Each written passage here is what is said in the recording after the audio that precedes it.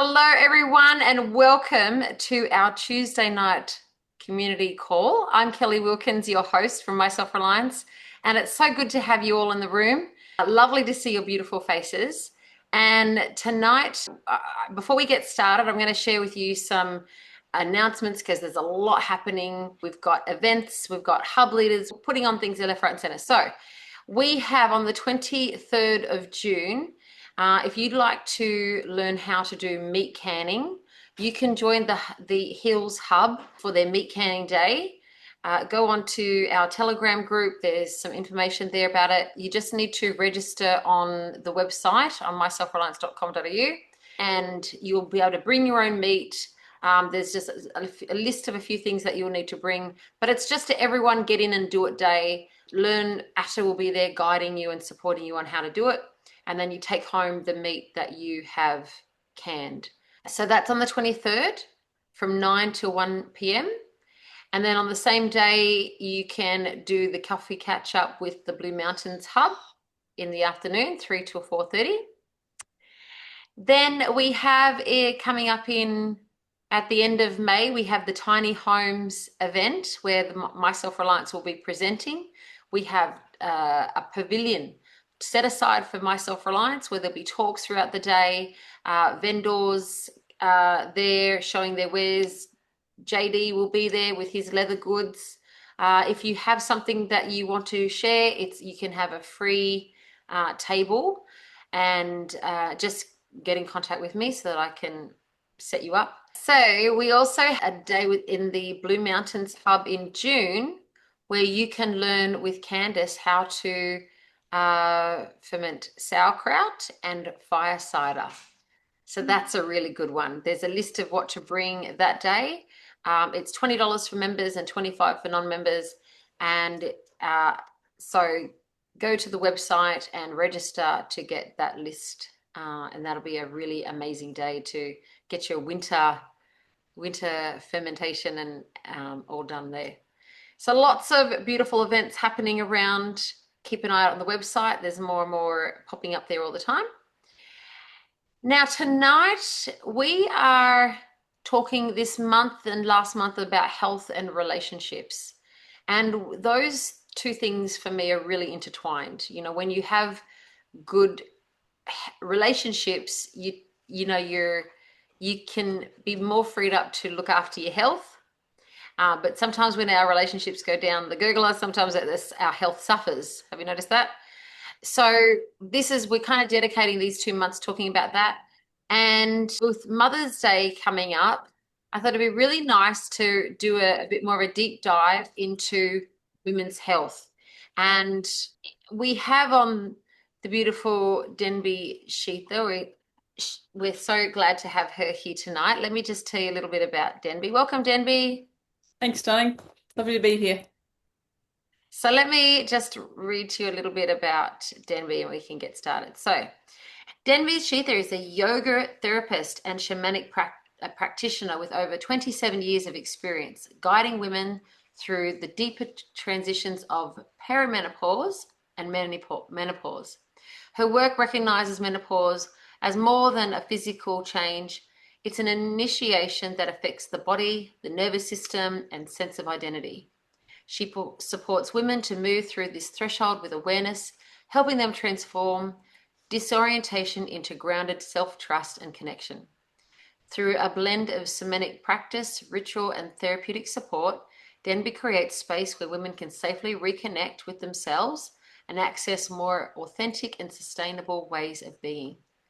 Now, Denby, this is a topic that's really important to women, a lot of my age, and a lot of conversations that we're having recently around the changes that you go through in premenopause and menopause and how that affects relationships. And so many people at this age tend to hit rock bottom or hit divorce or have so many different challenges that come up. So where do we start with this conversation? How long have you got? I mean, it's a huge topic, and thanks for having me on, Kelly. It's lovely to meet you properly and everyone listening and watching. Um, it's become really popular in the last couple of years, last 5 to 6 years. I'm sure everyone listening has seen lots of, podcasts and advertisements and marketing, lots of products out there as well for the menopausal woman. So it's a bit on trend, dare I say, and women. I mean, we joke that men have the menopause and then men have their own midlife journey that they go through, but that's men's business, and I can't speak to that because I'm not a man, so I can really just speak to women's business. And having been on the other side now of menopause and going through that transition and being a mother, and when I went through it as well, when I went through perimenopause, I was actually caring for my dad, who's since passed with cancer. So I had a lot on my plate, and my whole body was changing, and my relationship with myself, first and foremost, when you talk about relationships and how this changes, that's the first relationship that really comes under scrutiny when you go through midlife change, or whatever word you want to call the big M, the labels that we give it. So yeah, it's we know that we're all growing older. We can't do anything about that. It's a beautiful thing if we allow it to be like that. The same like with pregnancy and childbirth. If we surrender to the wisdom that's in our body, then we can grow old gracefully rather than disgracefully, as my late grandmother used to joke. And it's a very empowering stage for women. Once we get to that point of like not no longer allowing ourselves to be so worried about the social stereotypes of, not looking as good or not being as attractive or as effective or as efficient at work or as useful, all those things that come into it. And as I said, men have their own experience of growing older. But yeah, when you talk about relationships, I'd say the first relationship, the main one that changes, is the one with yourself. Yes, that's very important because unless you have a good relationship to yourself, other relationships just they don't have that connection as much. Yeah, Yeah. no, yeah. I mean, we all pretty much, I'm sure most people have heard the words to this effect that, you can't really love anybody else until you love yourself. And I mean, I've heard that for years, and I used to sort of dismiss it when I was younger, of course, and say, oh, no, rubbish. But, it's when you get older, the wisdom of like, oh, yeah, what mum was talking about or what grandma was sharing actually is true. So yeah, all of that. You can't be as deeply compassionate or connected or understanding or present with somebody else if you haven't learned how to love and forgive and acknowledge and temper yourself. And obviously, again, with the social pressures that are put on women and men, nobody is our worst critic, than ourselves, I think. And again, it comes down to there's a whole lot of factors, of course, that affect this. Your childhood trauma, for example, and how your upbringing. No, unfortunately, a lot of people have had horrendous childhoods and upbringings, and they live in war-torn countries and all those sorts of things. Now, again, I can't speak to women in those circumstances, and I wouldn't dare to do so because I'm living in my privileged, area where I do, and it's a very separate world. But the white Western culture and what we go through is very different to what a lot of other Indigenous cultures and women in those cultures go through as well. Fascinating. I haven't researched that topic yet, but I'm getting to it because there's a lot. We just think, oh yeah, every woman's the same. We all age. We all go through the change, but there are layers and layers and layers to it, depending on those cultural differences as well. Now, assuming that most people don't grow up or are not born just having this innate love for self, there's usually some disconnect. There's some trauma that even those who are the most confident, even those who look like they have it all together, deep down have a I have to prove something Mm. complex. I have to amount like and show people, I am valued, I am worth. So where can you tell us in your life, what did you do to find yourself and love and start to love yourself more? Um, Well, a nice segue is that, it's all about self-reliance, isn't it? Which follows in with your whole focus too, of like when we, rely on ourselves, that we know that nobody else can live this life for us and no one can birth the baby for us. It's up to us to do that. I've had a lot of challenges in my life, like most of us have. None of us really escaped childhood unscathed, I'd say. And again, some people way worse than others.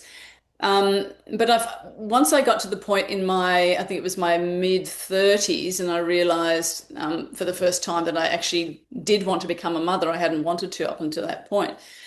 I was working in the film industry, and that's a pretty hectic industry to work in. And there's a lot of, partying and late nights and long hours and shift type of, work.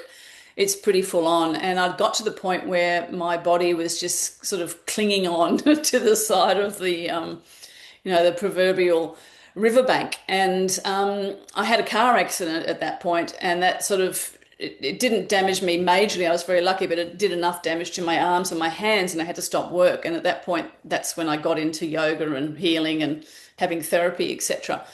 So that was the first thing. And I think a lot of people will be able to relate to, having a wake up call from the universe when you're off track and you're not really listening. She'll bring you back in. So that was probably the thing that the first crack for me of being still and connecting with my body as I was growing older, and I was listening and my cycle was changing and my relationships. I had a few relationships then, and not heaps, but a couple, heartbreak and all those things. But because I had to stop and go into myself and be with myself, all those things started to come up and out. So that happens in many different ways and however many times it needs to for each person. And I had deaths in the family and other tragedies and things that just sort of kept exfoliating the armor that I built around my heart that I didn't realize that I'd had there. And that connection, when you deepen that connection to yourself and you start to forgive yourself for the choices that you've made when you're younger, because we all do crazy, stupid stuff, and the people that you trusted, and also the things that you've done to other people with the level of consciousness you had at the time. There's all of that. It goes both ways. That's the first sort of like phase of self-mastery, if you like, of really getting on that path of awakening to what you actually came here for, which is not, newsflash, just to work 9 to 5 in a job and make money and have 2 cars in the garage and go on holidays to Tahiti or skiing every year. There's a purpose. So I think purpose is the undercurrent of a lot of the transitions that we have in life, and certainly when we get to being in our midlife and our physical bodies are changing for women, our purpose shifts. So that happened for me around about that age for the first time. And I've had, we're all constantly going through journeys and processes as well. So I'm sure that'll happen up till the day I die. Did you go through a process that helped you at that point? Did you take yourself through something that yeah. Yep. I'm feeling like there was something at that pinnacle that helps you to get through there. Yeah, well, the first thing was that I mentioned therapy. So I was Therapy. obviously went to a physical therapist. I did physio and chiro, and then my physio actually suggested I start yoga. Mm-hmm. I hadn't really sort of done it. I'd done 1 or 2 classes sort of half-heartedly before that. And so I went, okay, well, I kind of need to do it now. So I started going to classes just locally and fell in love with it, as most people do. And also fell in love with my yoga teacher, which is kind of funny on the side. And I was like, oh, okay. As I started to get better and stronger, I realized that I had an affinity with this and I wanted to study it. So then I started going into that. And yoga is just like the first thing that gets you into, nutrition and food and all sorts of other, esoteric, more spiritual aspects of your being, connecting to the earth. And I'd always sort of had a tendency for that. I was always a bit of a fairy wild child when I was younger.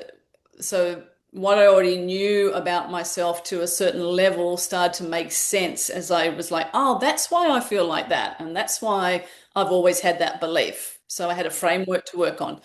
And then just grew from that. So yeah, you'll find that most yoga teachers come to yoga, or most therapists come to their practices through some sort of physical, mental, or emotional tragedy of their own. It's very common.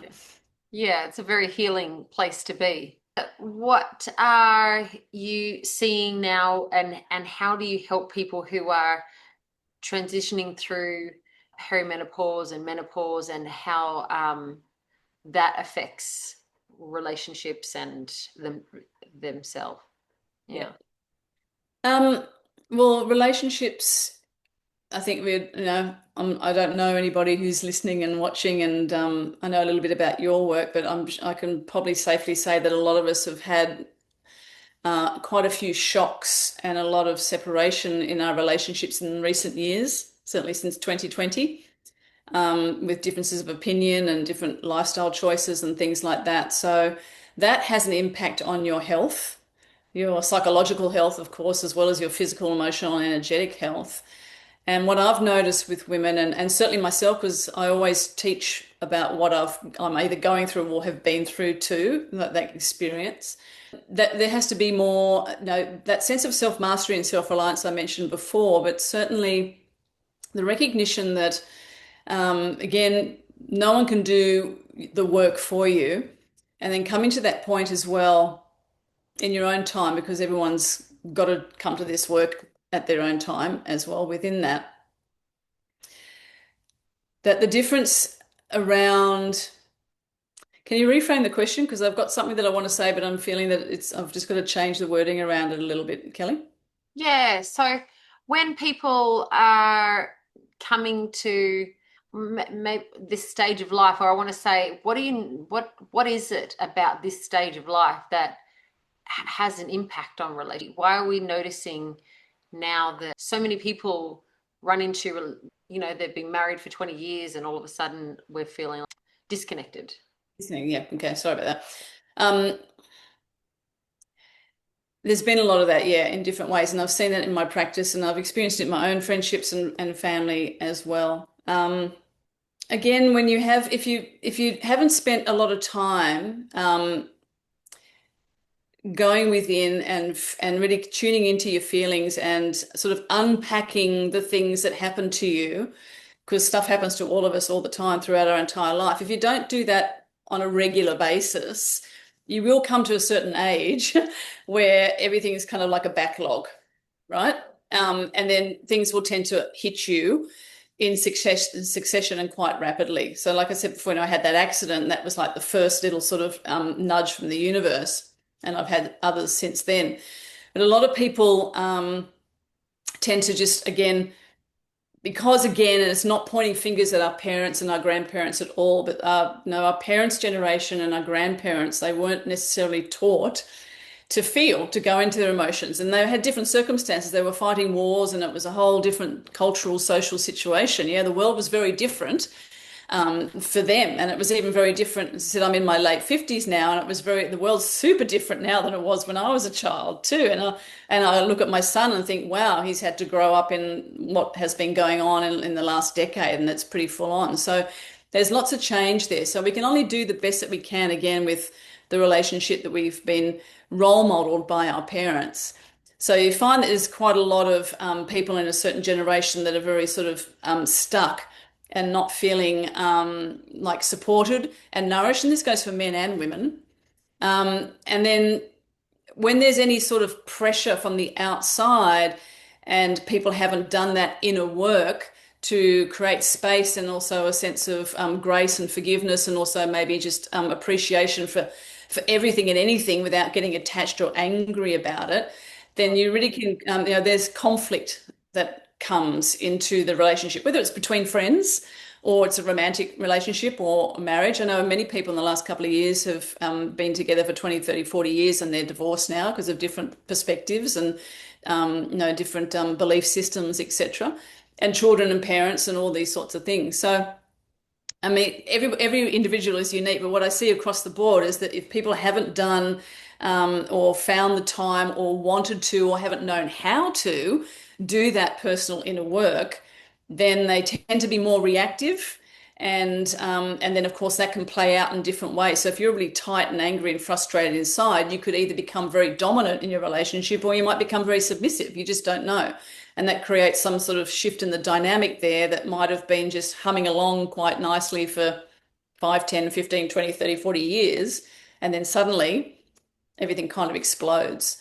Mm. So the shamanic perspective that I embody, that I was taught and that I live as well, is quite different, certainly around menopause and the conversation around menopause that most people are talking about. So I don't even really like the word perimenopause and menopause. In Indigenous teachings, it's a rite of passage.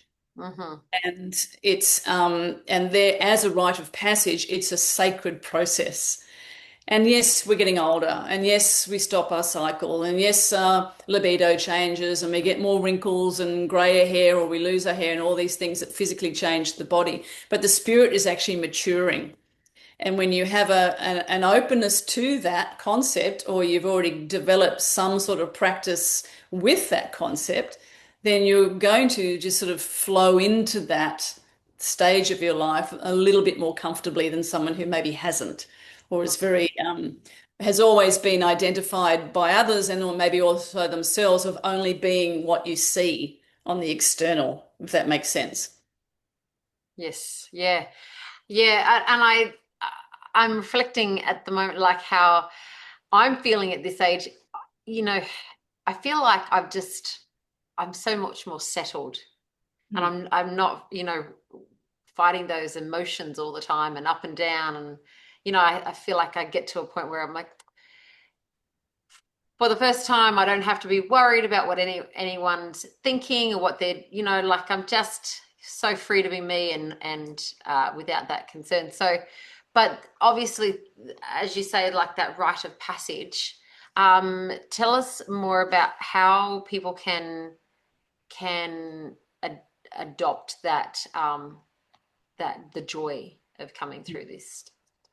Yeah, I mean, there's layers and layers to it, of course. And I do programs and mentoring and classes on that because everybody comes to me, at least. I can't talk about other therapists, but comes to me with certain, with their own little sort of baggage of goodies, shall we say, to unpack and explore. But again, the shamanic perspective or just the earth-based practice perspective is getting back to nature. And I know you're a big advocate of that as well. We are made of the elements, and each of those elements, and there are 5 elements in the Chinese medicine system, which is what I've trained in for yoga and the philosophies that I follow as well. When you recognize that your body is made up of the elements that make the earth, and you return to that, then when you start to align yourself with those energies and you start to strengthen those elements in your body through yoga and through breathing and through nutrition and through rest and meditation and shamanic rites and rituals, with ceremonies that people will understand, then you become that element in you becomes clear and strong. And what I've found in the years, because this helped me when I first got into this, of course, and then I've worked with it for a couple of decades now, is when you align with the seasons and the shifts, then there's actually no reason for any of us to get sick, to feel at ill ease or dis-ease, because you are totally synchronized with the natural flow of energy. So that's the first thing that I teach, that we actually have the wisdom in our bodies as women, and it's in our cells, and it's up to us, of course. You can choose not to do this, but if you do, it's very rewarding to recognize that you actually have a voice and that you have the power to change your circumstances, whether that is something physical, like with a symptom that you're having, during menopause or something else, or just with your cycle, rather than outsourcing or rather than deferring to an external authority. So Indigenous cultural practices are all about strengthening the sense of self. And, I can do this, but also I am a part of creation, and therefore I have all the answers within. And of course, there's quote after quote from many amazing scholars, way more educated than myself, that Rumi comes to mind, of course, that you are that which you seek, and all the wisdom is within you, etc. So if you're willing to sort of open to that possibility, that you don't need to rely on somebody else, whether that's a doctor or your partner as well, or even a community, that if you sit with yourself and trust in that innate wisdom to conjure it and bring it up and allow it to circulate, then the answers actually do start to drop in. So, but that's very scary for a lot of people. I get that. I used to be one of those people many years ago as well, because I had been conditioned and taught that I always had to defer to somebody else, to an external authority, rather than, I didn't know about sovereignties, rather than myself. So this is a big thing, especially for women, when perhaps if they've led a life where they've been very subservient, whether that's in their relationship or at work, or they've never really put their needs first. Of course, as mothers, we get our kids to an age where we can sort of we can leave them for a while. We know that they can feed themselves. They can, they're going to be okay, self-sufficient. And it's like, what about me time? That's really what this phase is about. Is like, I've been in service and everyone's okay and the family's humming along. What is it now that I haven't had a chance to do because I was busy doing that? And there's an element of self-sacrifice with that. Well, what can I now pick back up now and that's going to nourish me and still love my family and look after them, of course, but also getting back to, what is my purpose? What am I actually here for? How can I apply the wisdom and the teachings that I've learnt so other women can possibly learn from those too? Because if you've given the last 30 years to others and in serving others, it can be very difficult to find yourself and know how to just be with yourself.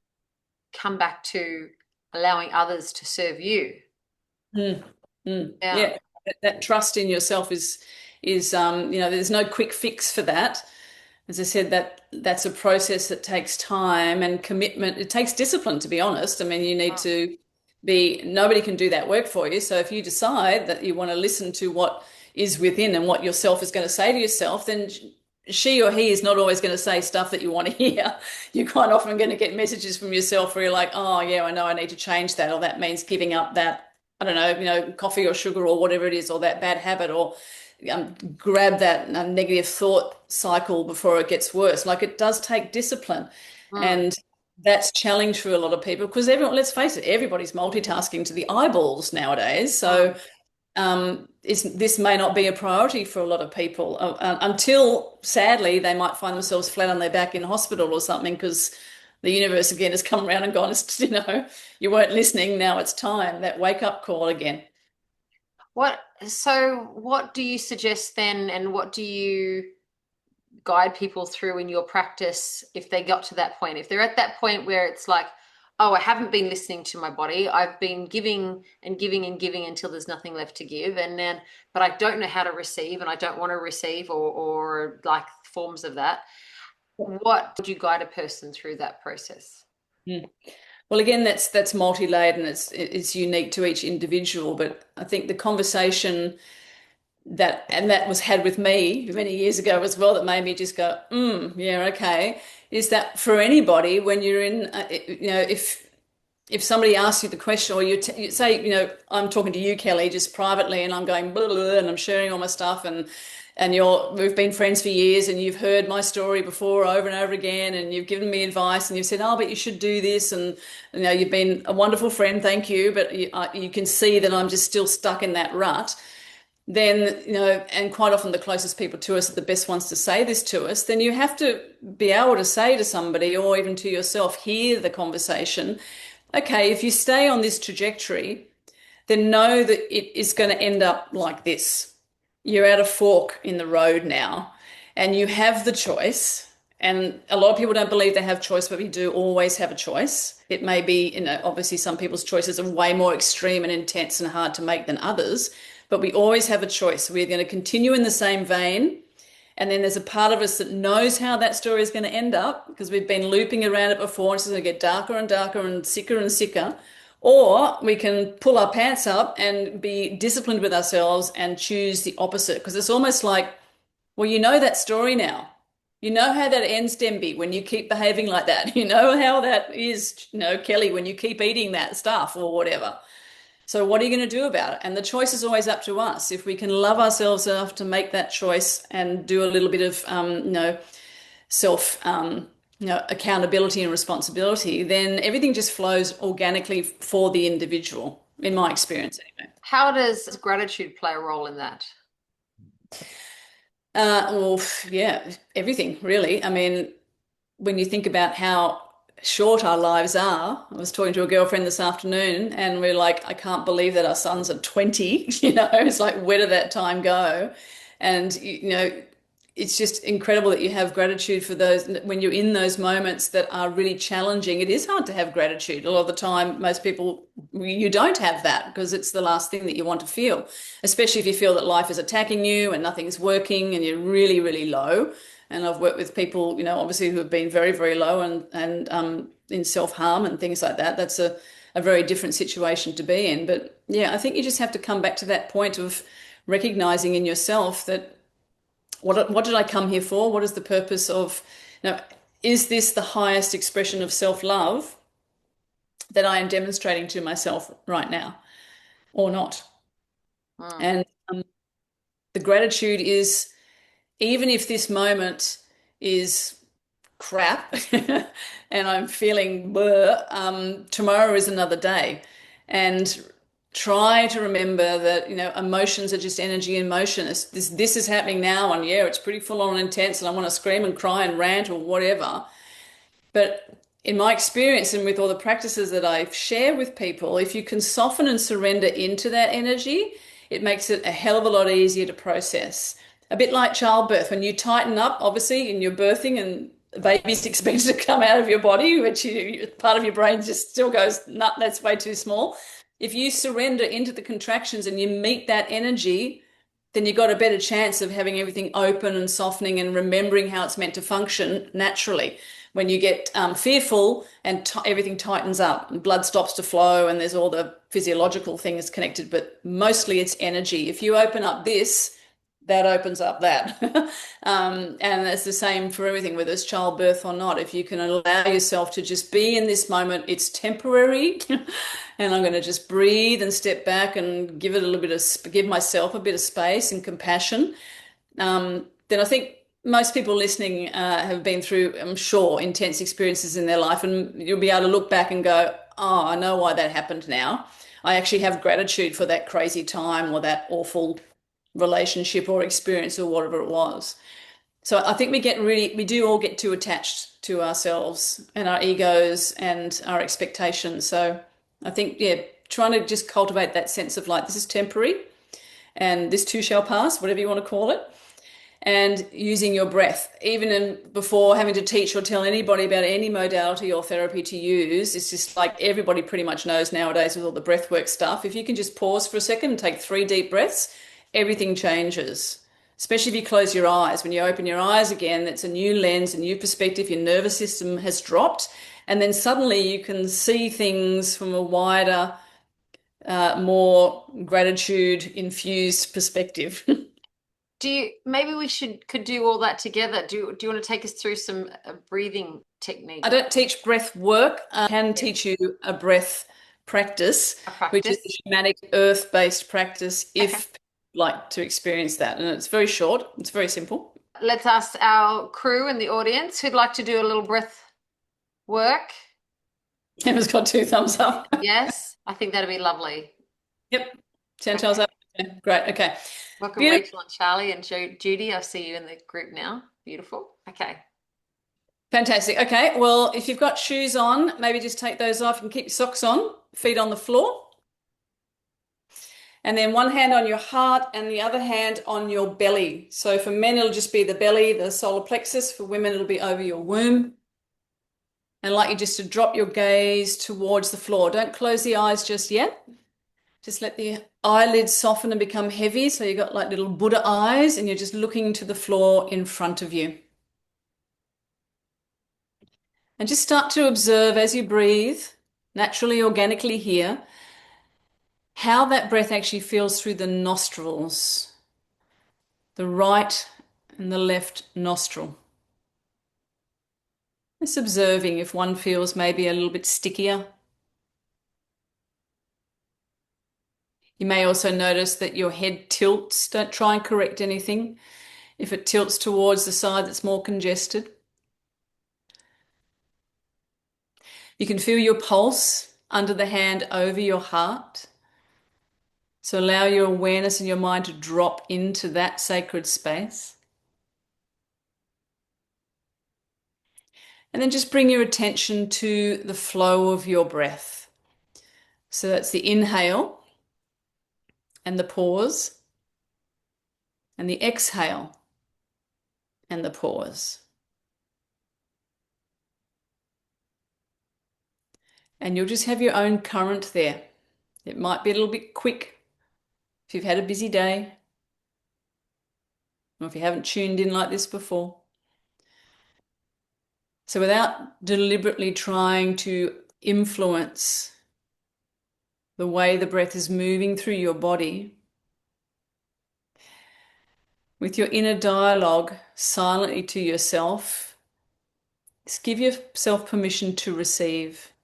Give yourself permission to soften, and then give yourself permission to really drop by closing the eyes and turning your gaze down, swallowing through the throat, dropping to the heart, dropping to the solar plexus or your womb, dropping into the soles of your feet, into your roots. And in a couple of seconds, most of you are going to have a sense of like a spontaneous breath just move through you.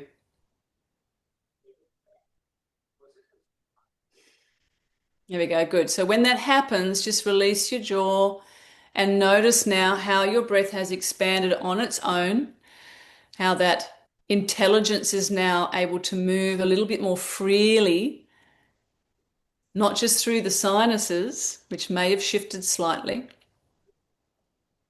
but also with the length of those phases of your breath. So your inhale's a little bit more expansive. You can hold comfortably in that inhale before you release it, and then settle with no breath more comfortably before the next one breathes you. And this is the big thing. Allow yourself to be breathed by that intelligence. The breath consciousness has been around for eons. It carries everything in it that we need. And when you are being breathed, you are receiving, you're being inspired, infused with information that has an effect specifically for you to awaken the information and wisdom in your own cells.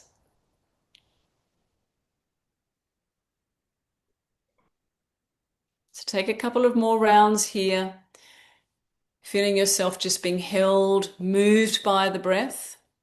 And if you wished again to have a little internal dialogue, as we're talking about menopause, midlife, relationships with self and others, you may like to, for example, invite that wisdom to rise with grace and ease from the cells of your body, from your womb, from your heart, in a way that's going to serve you and those closest to you, in a way that's going to serve your purpose or activate it,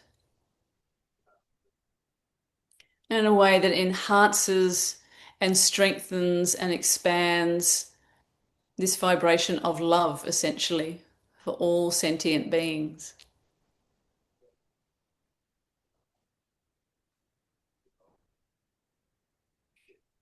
Good. And when you feel ready, when that's done for you, have an awareness of your feet on the earth. Breathe back up into the womb, solar plexus, heart. Place the other hand on top of the one over your chest.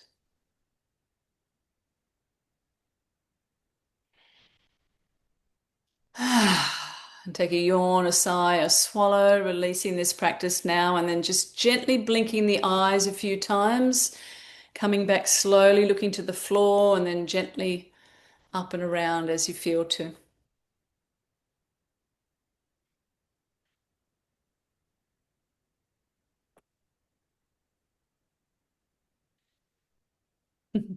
Everyone's zoned out now, you don't want to talk. Wow, that's beautiful.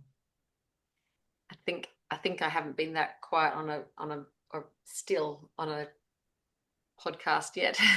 Good. Well done. Well, how did everyone feel? Just watching at the. Did everyone enjoy that? Did I you all felt join really in? relaxed. Oh, I know. It was lovely, isn't it? You were swaying a little bit. Isn't it lovely when you just get that sort of like zone? Beautiful. Thank you so much for that. That was lovely. Oh, thank you. More Yeah. than welcome. So yeah, That's my take on the breath of just opening and letting stuff that's already around us move through us and reorganize, and then suddenly we go, ah, I've got an answer or a solution or an idea. Mm. Yeah, that stillness is so important, and we don't get enough of that in a day. Mm. Yeah.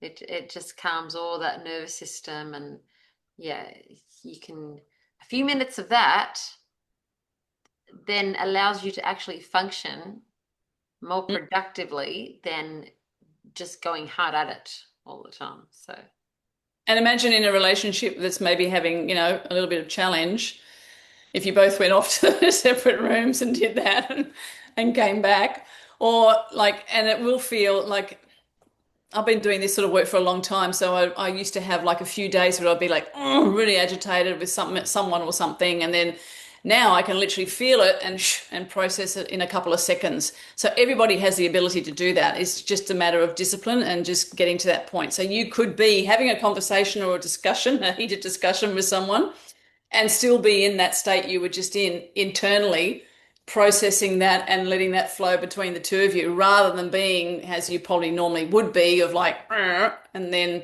finding it harder to get to that state later because of all the stuff that you just, experienced. So, yeah, it all comes down to daily practice and discipline. And I know it's not easy for everybody, but that's what we came here for, I believe, is to yes, be better us's. better. Yes, absolutely, and it's worth it, right? It's really an investment in you. Mm. Money better than money in the bank to be able to invest that time in, just to be able to, and to have that. Say it's the ordering the universe the way that you want, and being able to be in that stillness Yep. can give you that. Then yes, tell me more about what is shamanic practice. Shamanism is a really loose, broad term, and it is specific to Indigenous cultures, of course, elders and ancestors and ceremonies and all the spooky stuff. That the keepers that are actually able to walk between worlds and move between dimensions psychically, energetically. There are very few people on the planet who are, the real true elders and shamans. We don't see them on social media. I certainly don't call myself one. They're hiding in the mountains, and they're often in the remote areas of the world holding this planet together on behalf of humanity. And they've been, they have inherited the teachings and the wisdom, the true wisdom keepers. But so the shamanic term has become a little bit like plant medicines and things in a lot of the health spaces, has become kind of trendy again. But essentially, on a nutshell, for people to understand, it's more, I like to use the term also earth-based practices. So it's about coming back to nature and remembering that you're of all those elements, and then the relationship that we all have as custodians to look after nature. We look after nature and she looks after us. It kind of it's a bit of a no-brainer. And we don't need to be, a shaman or an elder to really get that. You don't have to be a rocket scientist to figure that one out. Unfortunately, humanity has done what it's done over many years, and we didn't pass that test. So I think the shaman, the seer, the intuitive one is in all of us. We all have that wisdom to open to. And it involves things like, as I said, ceremonies and ritual and drumming and vocal toning and a lot of, some people get Reiki confused with shamanic practice. It's not that at all. It's not putting your hands on someone and giving them a tarot reading or feeling into what their energy is like. It's the true terminology is actually going into a deep trance meditative state, either with someone there or on their behalf, and actually going into other realms and doing some serious light work and some serious spiritual soldier action, and then coming back and having shifted somebody's energetic field, but also translated into a very real, a very different experience of themselves physically and psychologically as well. Pretty wild stuff. It's amazing to have received work by a true medicine man and medicine woman. If people who are listening and see this have had that, and possibly those people themselves. But as I said, there's very few that are, in my experience, in my view, that the real elders that are still in the middle of the wilds. But that's not to say that we can't use those practices or benefit from them with respect, of course, and respect those traditions. And then, of course, work with a lot of elders and teachers who might be, the ancestors or the descendants of those lineages, which we have, of course, many of them here in Australia with our original peoples. Mm. And of course, in New Zealand, every country, every land has them. But again, my belief is that, we are each a custodian. We each have that power and that medicine inside us. And one of my catchphrases is that, learn how to turn your wounding into your medicine. Mm. And that's what I apply with midlife and menopause, because we've all got wounding, we've all got trauma and stuff. Um, but again, do you want to have that define you for the rest of your life or the next few years or however long? Or do you want to learn how to alchemize and transmute that, flip that stuff, and now it actually becomes gratitude and an advantage and a superpower, if you like, for you instead? So that's sort of like how I try, approach women when they come to work with me, of like showing them those two options and then supporting them and nourishing them in whichever way they choose, of course, but always trying to help them remember that they are capable and they are very powerful on their own. So what I've liked about, as we've been talking, you really describe the human experience so that everyone is relating to it. Everyone's like, yes, we've all been through that. We all, and so I love that you're keeping it very, really real. So when somebody is struggling and they are recognizing some of these things that you're saying, yes, I'm, like hitting a wall, and they've got these choices, and they can need, which path am I going to take? But taking you some needing having someone walk you down that path and coaching you and guiding you and supporting you on to take those shifts that need to be taken. When they come to you, how do you work with them? What's your methodology? My MO. I have a couple of programs online, and I do one-on-one sessions, and I do online Zoom calls with people as well. And I mean, everybody has their own special little secret sauce and their protocols that they use. But I like to draw attention to, first of all, for people if they're not aware of this, and then also work with the four levels of the human, which is emotional, mental, physical, and spiritual. And what I've found in the greater wellness space is that there's a lot of people don't actually do that. They'll either just go straight for the medical, and there's nothing wrong with that in certain instances. I'm not judging that, but some people will just go bang just for that. Other people will just ignore all that and just go full woo-woo and totally spiritual and not actually take any of that stuff into account. So I feel there needs to be a balance and a sense of respect for all the different, systems, I suppose, that are around and on offered to us. But you can only do that, of course, if you're in a grounded space of empowerment yourself first, and you can discern what the outcomes may be, and what the risks may be, and what the advantages may be, and those sorts of things. So I take people through, I suss them out as to where they are with their languaging and how they present and the stories that they tell me. Certainly recurring stories, if the same stuff, like I said about with me, has happened before, then I'm pretty good at being able to pick out, okay, well, that's some sort of attachment or belief system or trauma or fear that is contributing and taking you away from your innate sense of self. Like your spirit and your soul actually wants to be here and to be healthy and to thrive and to be seen and nurtured and loved and held and all those wonderful things that all of us, I'm sure, will agree. That's our birthright. I believe those are our birthright. So it's feeling the distinction again of like, do I have everything? If I've got a little toolbox in here, how do I access that? Or do I just pack that away further and use somebody else's toolbox? And as I said before, there's always advantages and disadvantages of both, and helping people to understand, again, the choices that they do have, and then how to also, once you've made a choice, you can always go back and make another choice. It's not like, oh, I make a choice and that's it for life, sort of thing. I think there's a lot of, again, fear does a lot of crazy things to people. We can all relate to that as well.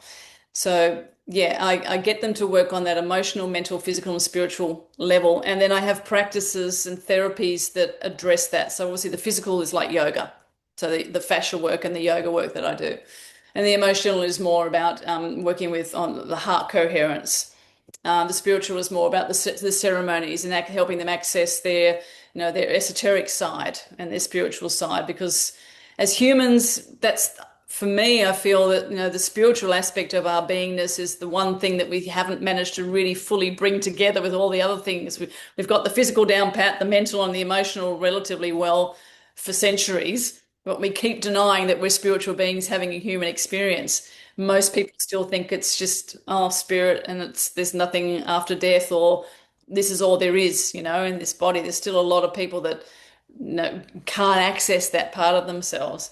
So I love opening up their brains to get them to go, oh my gosh, and just there is more than this. It's a beautiful thing to witness because I've felt that in myself as well. So the cohesion of those different layers of the human makes for, I've found in my experience, healing that holds, not temporary fixes, which can still be good, but then you have to keep going back and back and back. I Right. like to empower people and to heal themselves and learn these practices so they can actually become empowered and not rely on somebody else to do that.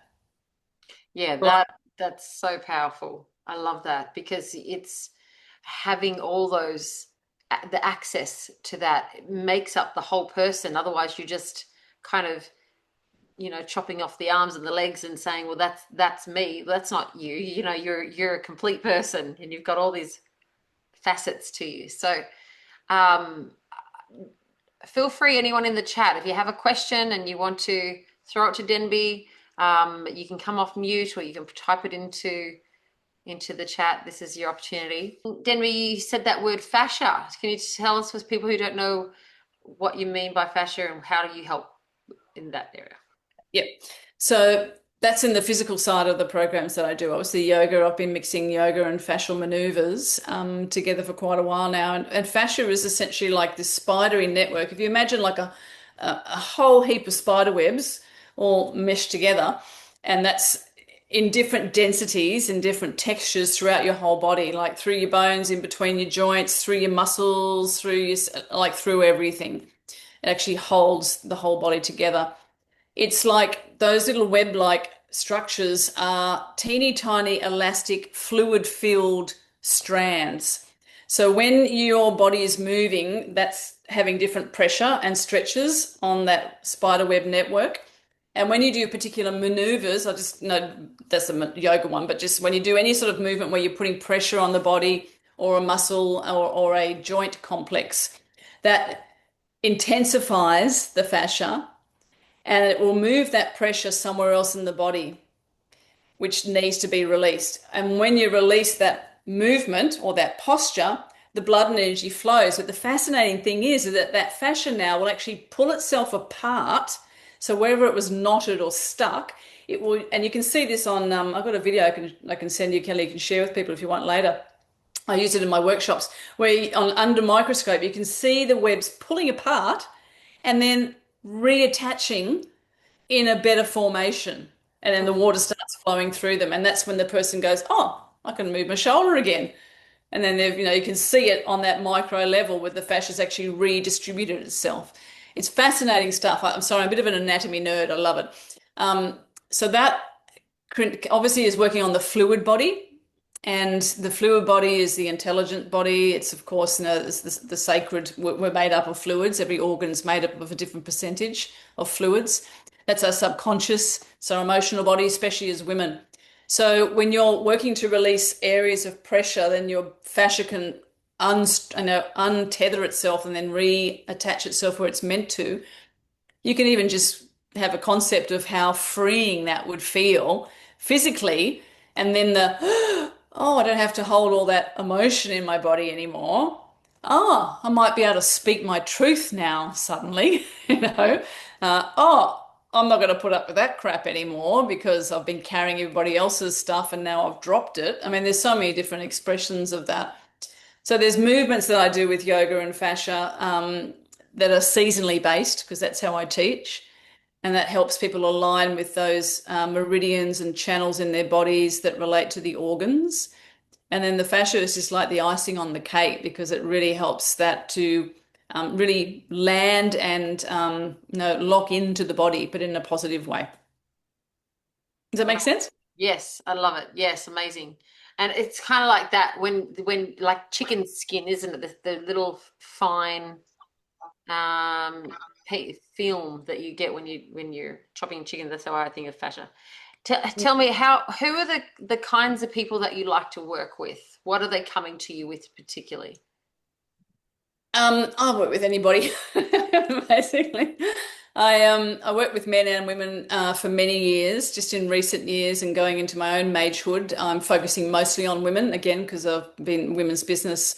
That just makes more sense. And it's funny because when I was younger, I just thought that I could do everybody, and that I thought I knew everything to a degree when I was younger as well, which is part of the healer's journey too, just wanting to help everybody and thinking that you can, but quite often you need to find like your specialty, and that will usually just come through the people that you see and your own experiences, like for example, knee issues or heartbreak or whatever it is for people, you'll become the person that sort of really specializes in that type of imbalance or situation for people. So yeah, now mostly because of the transition that I've been in. When I was pregnant, I was focusing on pregnancy yoga and healing and all that stuff. And then when I was a young mum, I did all the postnatal mums and bubs stuff. Started doing that years ago. And once my son was old enough and I was sort of like out of that baby brain, I was like, okay, now I'd go and started teaching women who are in that same phase of life as me. So now that I'm in my magehood, it makes sense for me to be educating people about how what I did to get where I'm at now, which enables me to cope with all the crazy stuff that goes on around me in the world, essentially, a lot better than I would have when I was younger and without these practices too. And it's right, the crazy, these crazy times that we live in, these uncertain times, Mm. being able to just be really present to you and your feelings, the way that you're communicating, the way that you're sitting with what's going on, it gives you that confidence to be able to handle, stuff coming and having that bounce off rather than dealing with it Yeah. kind of experience. So, yeah.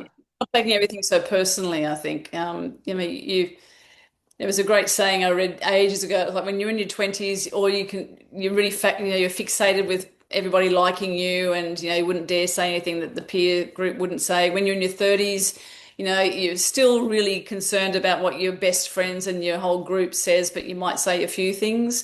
When you're in your 40s, you'll blurt something out but you might retract it, but you kind of won't. And then when you're in your 50s and 60s, you don't give a toss what anyone thinks about you and what you say, and you just blurt it out. And it's like, it's so true, and I'm like, when I get in my 60s and 70s, I'm sure that I'll be even more. But, in this phase of life as mothers and mages, before we become matriarchs, which is grandmothers, we are actually the grandmothers of the next generation.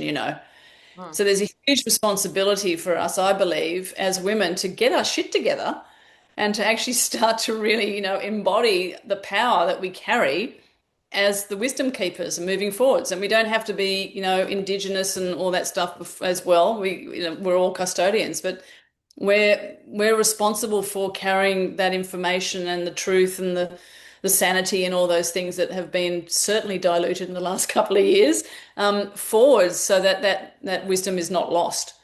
Yeah. That's a very powerful time. Denby, you have children. What ages are they? I've just got one, but I joke that he's like three in one. And I love him, of course, when I say that. He's 19, about to turn 20. Wow. And you look amazing. You don't look like a woman in your late 50s at all. At That's all. No. very So kind of you, yeah. I'll be 56, yeah. amazing. You look beautiful. So how can people find you if they want to connect after this call? And do you have a Facebook page or website? I've got a website, dembysheather.com.